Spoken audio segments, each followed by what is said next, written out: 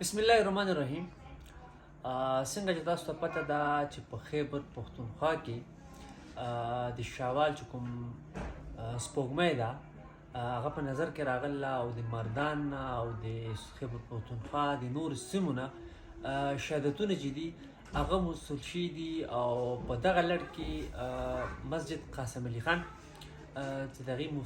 مفتي پوپلزی صاحب چې دی هغه باقاعده توګه باندې اعلان چې دی هغه وکړ د شهادتونو چې کوم شرعي حیثیت دی هغې ته به کتلي د هغې نه وروستو هغې اعلان وکړ چې سبا به په خیبر پښتونخوا په لړۍ کې بلکې پوره پاکستان دپاره هغه اعلان کړ دی چې سبا به اختر وي. خو رویت هلال کمیټۍ د پاکستان د اړخه اوسه پورې په اسلام آباد کې چې کوم مرکزي زموږ کمیټي ده کوم زونل ناست دی د هغې د طرف نه څه قسمه اعلان چې دی هغه مخې ته نه دی راغلی. نو خلک چې دی یو ځل بیا د تذبذب ښکار شو. څه خلک چې دی هغه به سبا اختر کوي، څه خلک چې دی هغه به سبا روژه نیسي. نو دا هم یو شرعي حیثیت چې دی یو شرعي مسله چې ده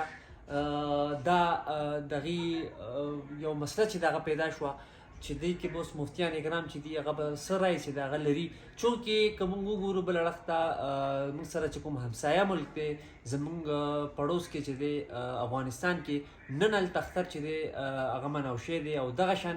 میرانشاه چې د پاکستان برخه ده او افغانستان سره د هغې بارډر لګېدل دی هلته هم پرون هغوی وي چې موږ سپوږمۍ چې دغه لیدلې شوې ده په نظر کې راغله. نو هغوی نن چې د اختر منو کړی دی او نن ماښام نه پس مختلف د خیبر پښتونخوا د مختلف سیمو نه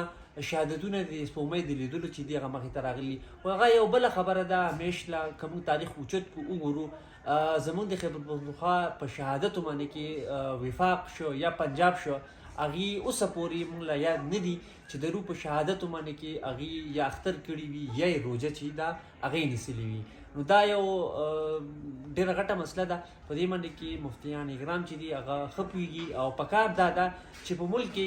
یو اختر وشي خو دې پورې داسې نه ښکاري یو ځل بیا دغه مسلې چې دی سر اوچت کړ دی او خیبر پښتونخوا کې به سار اکثریتي چې کوم علاقې دي په هغې کې به اختر وي او زموږ هزاره بیلټ چې دی په دې کې به کم ځایونو کې چونکې دا میاشتې لپاره وفاق سره دو اختر کوي روژه نیسي. نو دې ځایونو کې امکانات داسې دي چې سبا به وفاق اعلان ونه کړو چې سبا اختر سبا روژه ده نو دوی به هغې سره روژه نیسي او که اعلان یې وکړو لږ رستی ټیم نو دوی به سات چې دا بیا به هغې نه پس چې دی اختر کوي. نو دا صورتحال دي دې نه تاسو موږ اپډیټ کړئ. الله دې کړي چې مستقبل کې پوره په ملک کې یو اختر وي یو روژه. ما لره کې اجازت د خدای په لوی امان.